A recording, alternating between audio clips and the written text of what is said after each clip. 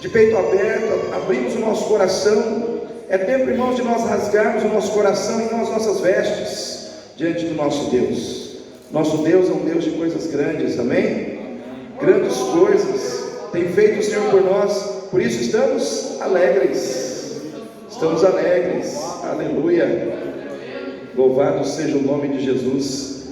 Nesse momento, eu quero ministrar a palavra de Deus no teu coração. Nós vamos lá no Evangelho de Mateus. Depois eu quero orar por você. Quero ministrar a unção de Deus sobre a tua vida, para que você saia daqui cheio da presença do Espírito Santo. Louvado seja o nome de Jesus. Mateus capítulo 8. Aleluia. Mateus capítulo 8, do versículo 1 em diante.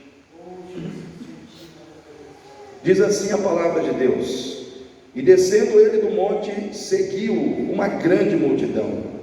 E eis que veio um leproso, e o adorou, dizendo: Senhor, se quiseres, pode tornar-me limpo. E Jesus, estendendo a mão, tocou-o, dizendo: Quero ser limpo. E logo ficou purificado da sua lepra. E disse-lhe então Jesus: Olha, não digas a alguém, mas vai e mostra-te ao sacerdote, e apresenta a oferta que Moisés determinou para lhe servir de testemunho. Amém, irmãos? Novidade de vida. Deus tem novidade de vida para nós. Amém? Novidade de vida em Deus. É isso que o Senhor colocou no meu coração. Talvez essa frase, Deus quer que você tenha novidade de vida, talvez para muitas pessoas ela tenha um peso, e para outras ela tenha um outro peso. Para quem que essa frase, ou essa proposta de Deus, de receber novidade de vida no Senhor, tem um peso maior? É para aquele que está passando por uma situação em que a sua vida não está bem. Porque aquela pessoa que recebe essa proposta, ela recebe a novidade de vida, a pessoa olha e fala: mas minha vida está boa, talvez alguma coisinha ali precisa melhorar, mas minha vida está tranquila. Talvez para essa pessoa, Deus dizer para ela assim: eu tenho novidade de vida para você, não vai ter um peso muito grande. Mas aquele que está passando por uma situação em que ele olha para a sua vida, e a sua vida está no chão, a sua vida está numa situação completamente entregue à situação de dor, de sofrimento, de fracasso. Irmãos, novidade de vida é tudo que a pessoa precisa viver. Novidade de vida é tudo que ela precisa receber. Por quê? Porque a vida que ela está vivendo é uma vida que no coração dela só está trazendo tristeza, dor, sofrimento. E aqui nós vemos um homem, um leproso. Diz a palavra de Deus que ele estava no meio de uma multidão, e ele não podia estar no meio da multidão. Interessante isso, irmãos, porque os leprosos, eles tinham que ficar afastados de todo e qualquer tipo de relacionamento com as pessoas que não tinham lepra. Eles estavam, vamos dizer assim, condenados a um isolamento, né?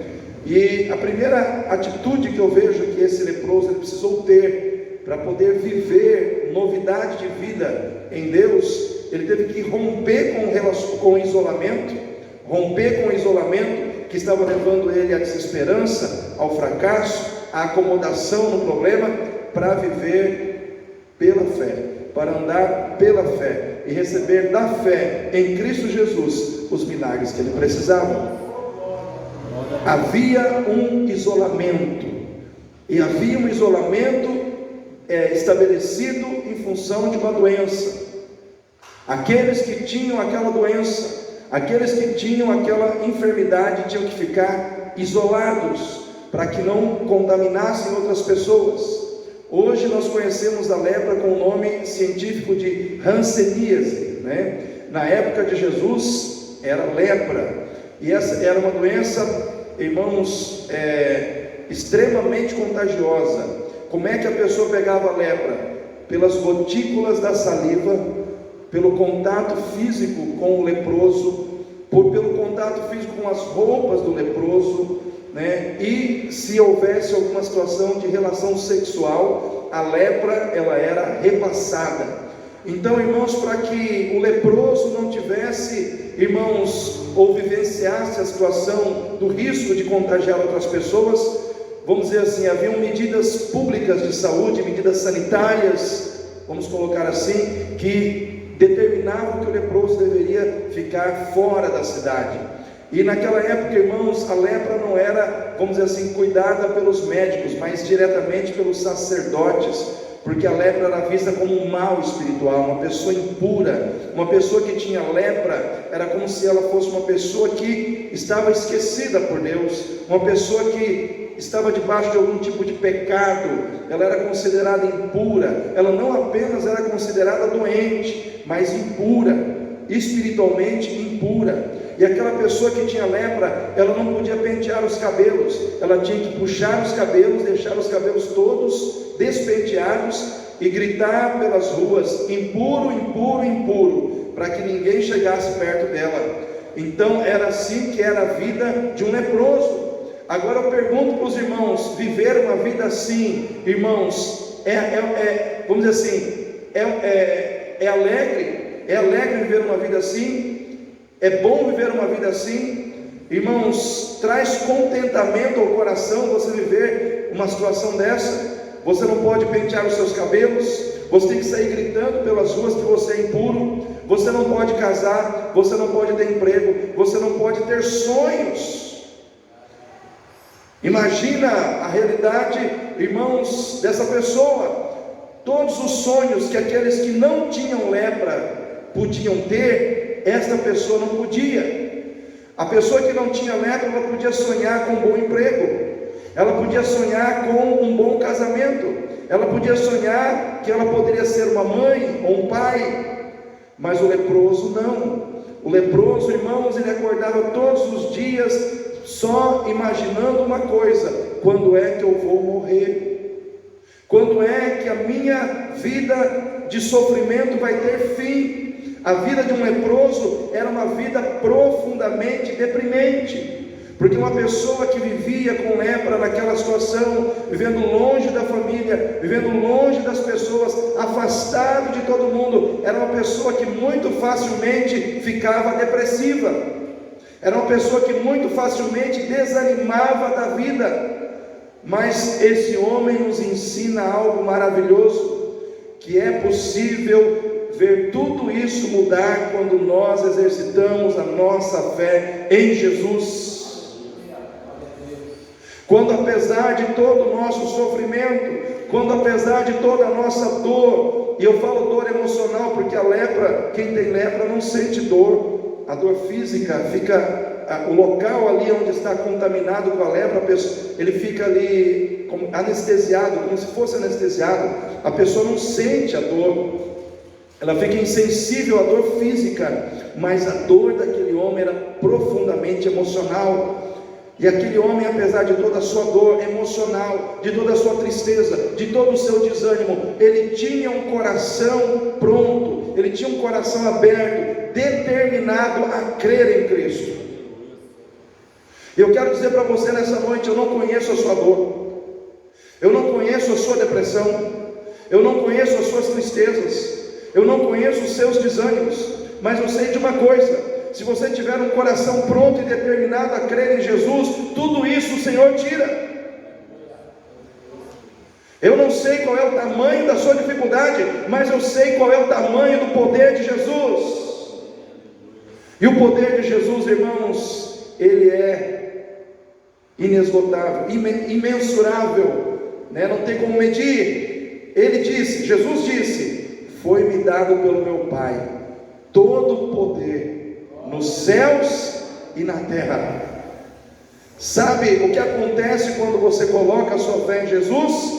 Você está colocando a sua fé em alguém que tem todo o poder nos céus e na terra, e debaixo da terra também, porque diz a palavra de Deus que ele foi morto, foi obediente até a morte, e morte de cruz, pelo que Deus o exaltou soberanamente, e lhe deu um nome que é sobre todo nome, para que diante de Jesus todo joelho se dobre e toda língua confesse que Jesus Cristo é o Senhor, para a glória de Deus Pai. É esse Jesus que está aqui, é esse Jesus que é o Jesus que nós servimos, é esse Jesus que cuida de nós todos os dias, é esse Jesus que está pronto a agir na nossa vida, esse Jesus que tem todo o poder nos céus, na terra, debaixo da terra, esse Jesus que não está preso num crucifixo, mas que ressuscitou da morte, está vivo, tem todo o poder, irmãos, todo o poder. Aquele homem era um homem que tinha uma vida miserável, aquele homem era um homem que tinha uma vida muito triste, aquele homem era um homem que tinha uma vida, irmãos, completamente entregue ao fracasso, fracasso físico, fracasso espiritual, fracasso emocional. Ele tinha uma vida completamente destruída, mas ele acreditou que as coisas podiam mudar. Ele venceu o isolamento. O mundo dizia para ele: fique isolado, você tem uma doença, fique isolado e morra isolado, fique isolado e se entregue à desesperança, fique isolado e vá definhando a cada dia, fique isolado e caminhe em direção à morte. Só que no coração daquele homem houve, irmãos, um entendimento diferente. Eu posso romper com esse isolamento para crer em Jesus e buscar a presença dele. Irmãos, diz a palavra de Deus que aquele homem rompeu com aquele isolamento. Às vezes nós, sem percebermos, irmãos, estamos nos tornando crentes isolados uns dos outros, isolados da igreja, isolados de Jesus, porque estamos permitindo que o mundo determine o que nós devemos ou não devemos fazer.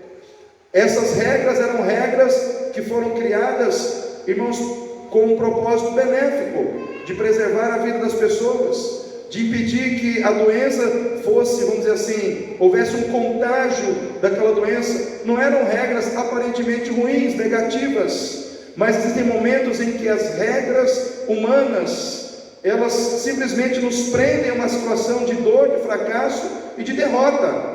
Existem momentos em que nós temos que agir pela fé, estar dentro de um templo, buscar um Deus que ninguém vê. Para muita gente é loucura. O povo lá fora acha que a gente é doido, irmãos. Tem muita gente lá fora que vive, vamos dizer assim, debaixo do estigma, debaixo, irmãos, vamos dizer assim, das diretrizes da ciência, que olham para mim e para você, de mãos levantadas, falando com alguém que ninguém vê. Eles acham que esse povo é doido, esse povo tem um parafuso a menos. E se a gente for analisar pela lógica humana, pela ciência humana, nós somos tudo doido mesmo, né? Porque nós falamos com aquilo que ninguém vê, nós falamos com alguém que nós chamamos de Deus, mas ele não está visível aqui, ele não aparece para nós. Nós somos o povo que crê no invisível, nós somos o povo que crê nas coisas que as mãos não tocam, que os olhos não veem.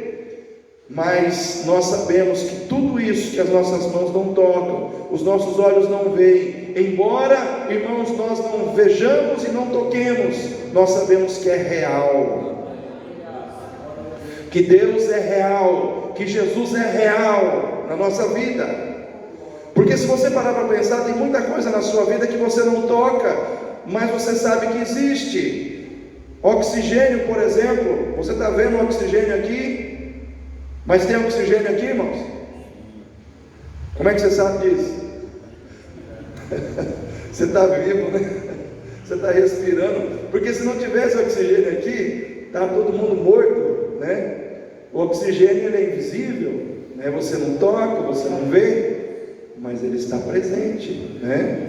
Assim como é a corrente elétrica que liga as luzes, nós não estamos vendo, mas nós sabemos que existe uma corrente elétrica aqui dentro, porque as luzes estão ligadas, o microfone está funcionando. Ou seja, existem coisas que nós não vemos, existem situações que nós não vemos, mas que são reais, presentes e podem fazer a diferença na nossa vida.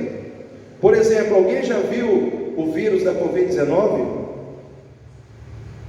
Mas ele existe, não existe? E tem matado gente por aí. Ele é minúsculo, você não vê ele a olhos nus, você não consegue contemplar o vírus da Covid, mas ele existe e mata, né? E manda pessoas para o hospital. Aí se a gente consegue entender e acreditar que existe o vírus da Covid, que existe oxigênio, que existe corrente elétrica para dar energia a tudo que nos cerca, por que não vamos acreditar que existe um Deus que controla todas as coisas? Porque a fé é o firme fundamento das coisas que não se veem e a prova das coisas que se esperam. Então, quando o crente está começando a vacilar na fé, ele precisa ir para a palavra de Deus. Lá em Hebreus 10:35 diz assim: não lanceis fora, pois, a vossa confiança, porque tem uma grande recompensa, ou tem um grande e avultado galardão, porque necessitais de perseverança.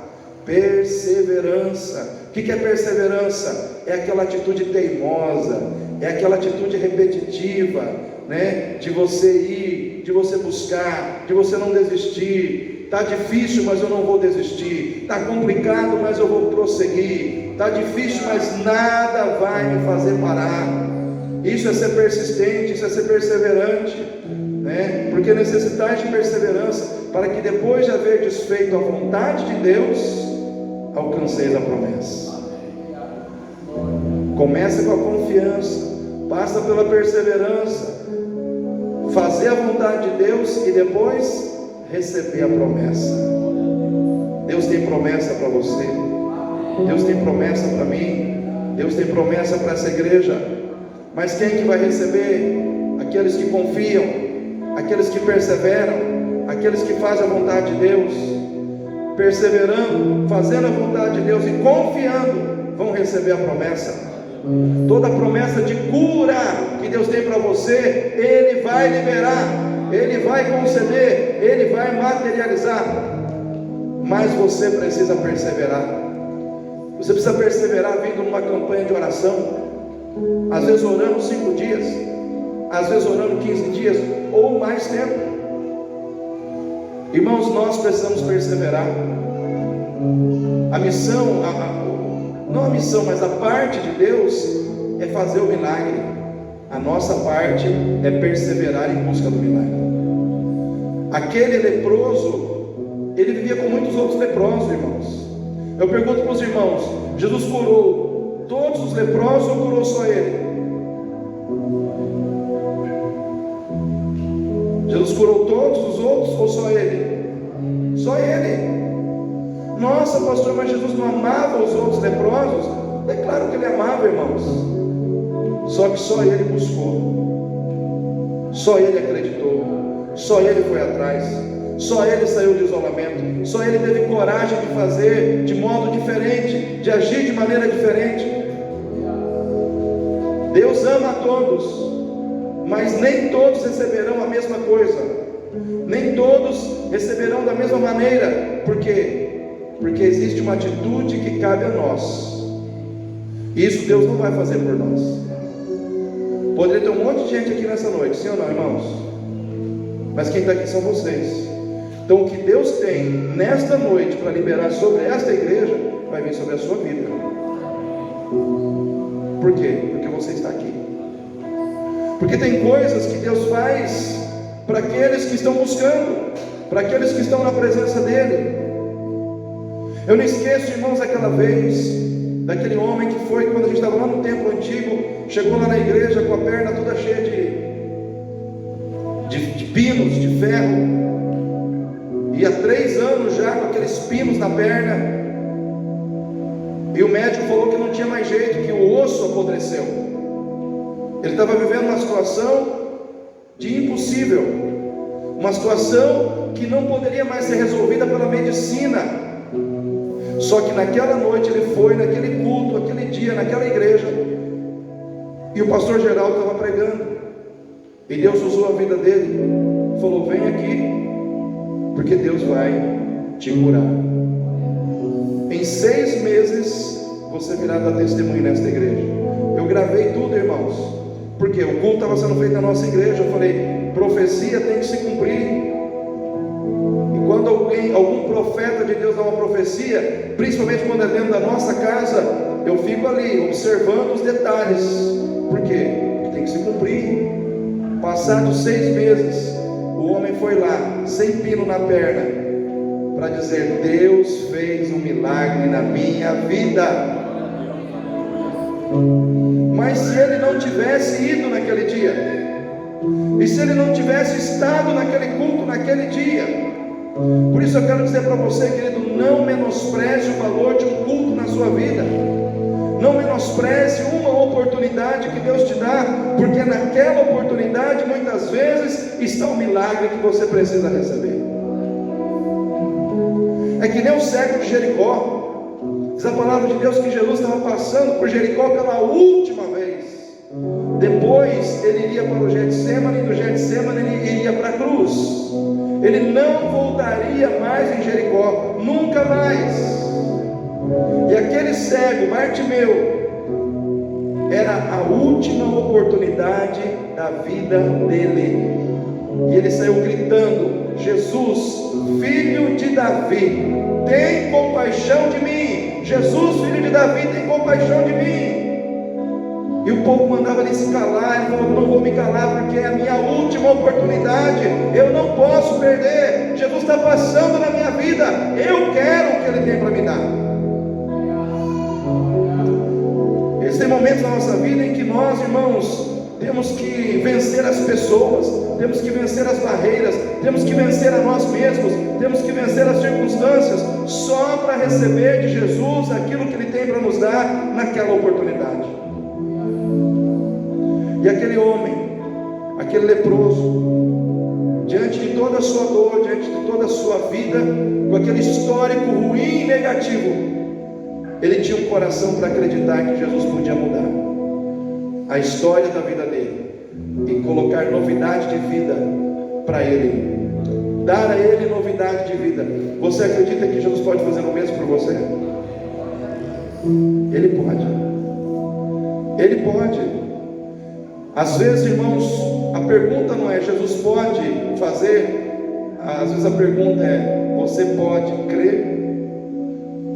Tem um dos evangelhos, irmãos, só um dos evangelhos, eles narram a mesma situação, mas um dos evangelhos fala daquele pai que tinha um filho epilético, que o filho era jogado na água ou no fogo. E aí quando Jesus desce do monte, ele diz assim: já levei esse meu filho aos seus discípulos, eles nada puderam fazer, o Senhor pode libertar o meu filho? E aí Jesus pergunta para aquele homem: tudo é possível ao que crê, você pode crer? Aí aquele homem disse com humildade: ajuda-me na minha incredulidade.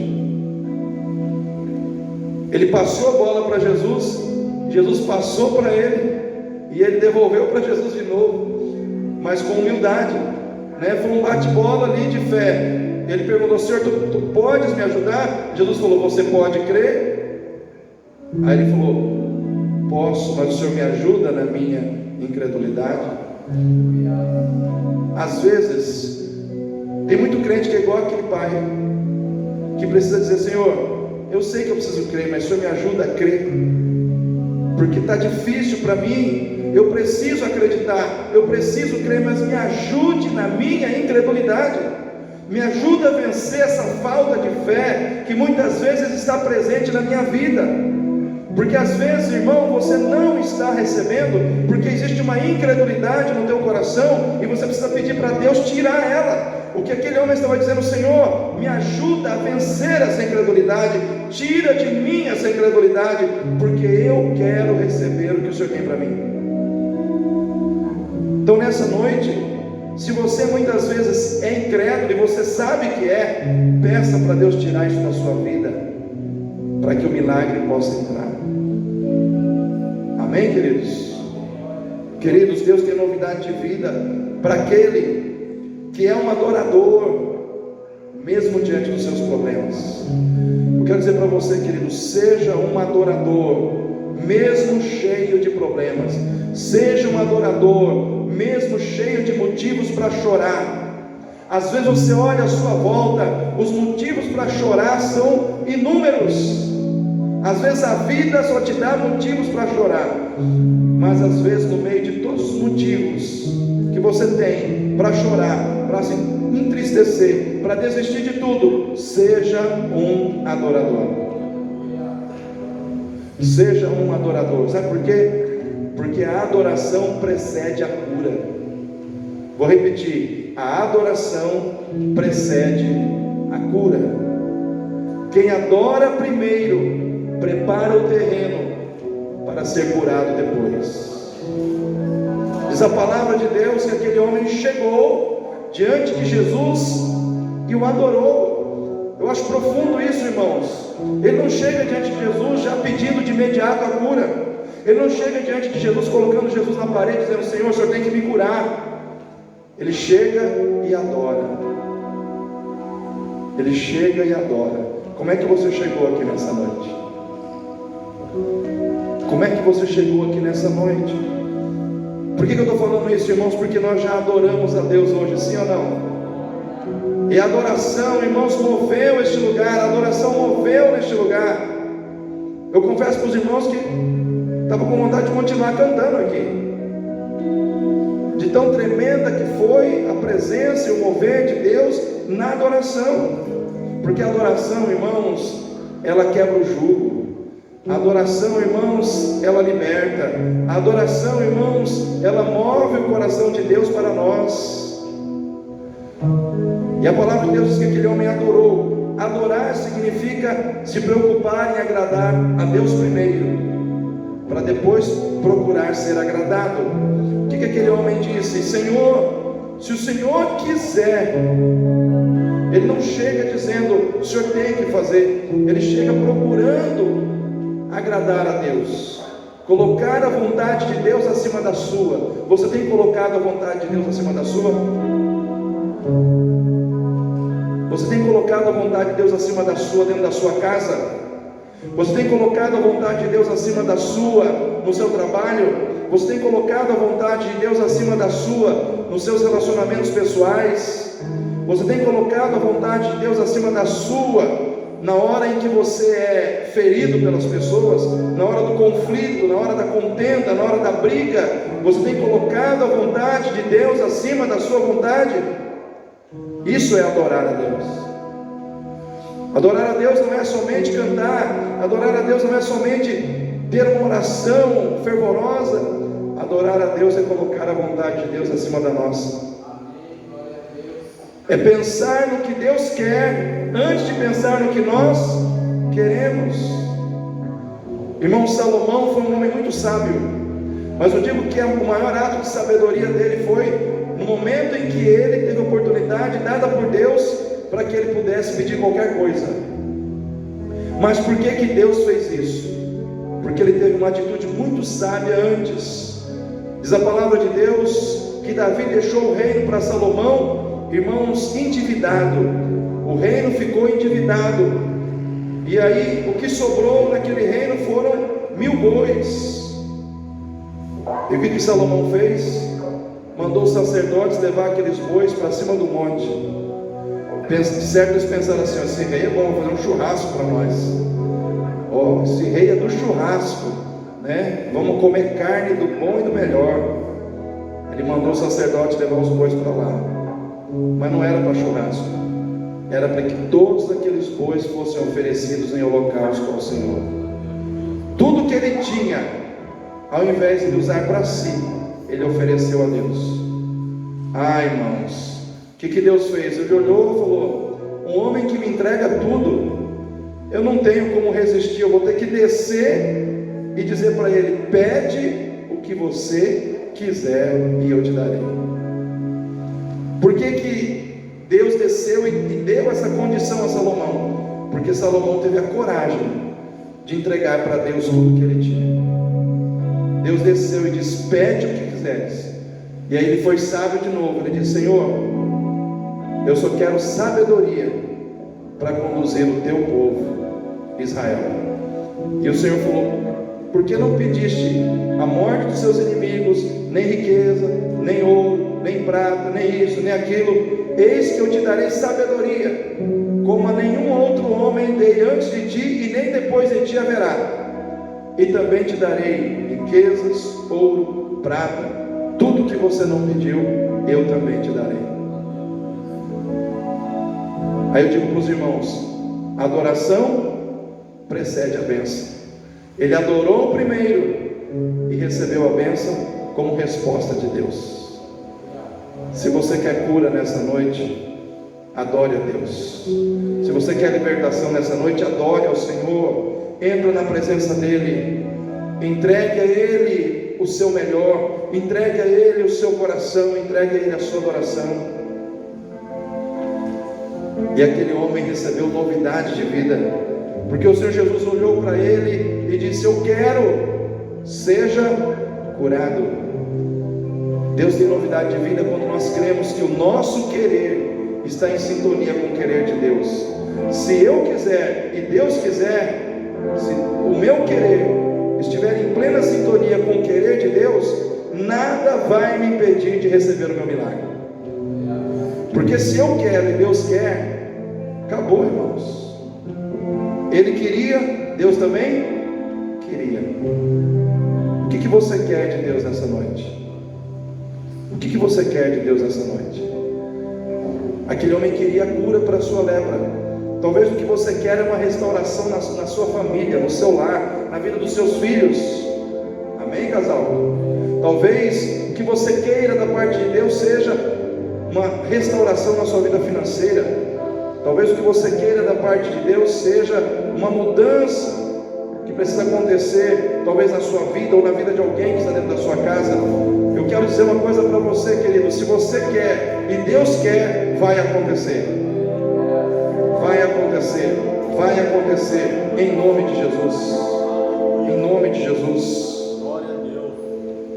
Lute pelo sim de Deus na sua vida. Quem quer o sim de Deus na sua vida aí? Eu vou dizer uma coisa para você, querido: Deus diz sim. Deus diz sim para quem se humilha. Quando Ezequias se humilhou diante do Senhor e pediu vida, Deus lhe deu mais 15 anos de vida. Quando Sansão, cego, aprisionado pelos filisteus, pediu ao Senhor, se humilhando, dizendo: Senhor, mais uma vez só, me dê forças para que eu possa destruir os filisteus. Deus lhe deu forças, porque ele se humilhou. Aquele que se humilha será exaltado, e aquele que se exalta será abatido. Deus diz sim para quem se humilha. Quer receber vitória? Se humilha debaixo da potente mão de Deus, e Ele vai te exaltar. Deus diz sim para quem busca a aprovação de Deus na sua vida. Se você quiser ouvir o sim de Deus, busque a aprovação de Deus, busque ser aprovado por Deus, e Deus vai dizer sim para você. Se Deus disser sim para você nessa noite, o milagre vai vir, a cura vai vir, a vitória vai vir, em nome de Jesus. Em nome de Jesus. Quem recebe essa palavra aí? Eu poderia dizer mais coisas aqui, mas o Espírito Santo me incomoda a estar encerrando por aqui. O Senhor tem vitórias para você. O Senhor tem novidade de vida para você. Mas você precisa fazer como esse homem fez. Talvez a sua vida ela tenha situações tristes como a dele tinha. Talvez a sua vida tenha situações que parecem ser irreversíveis como a dele tinha. Talvez a sua vida tenha situações que te colocam numa posição de fracasso como a dele tinha. Mas eu quero dizer para você nessa noite: se você tiver o coração que ele tinha, Jesus pode dar a você o que deu a ele: vitória sobre os seus problemas, vitória sobre as suas situações de dor e de sofrimento. Ele pode te dar essa vitória nessa noite. Amém? Vamos ficar em pé nesse momento?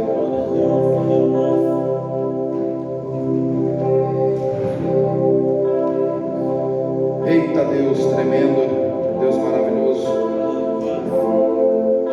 Liliane vai começar hoje já a orar. Vem pra frente aí já, Carlinhos também.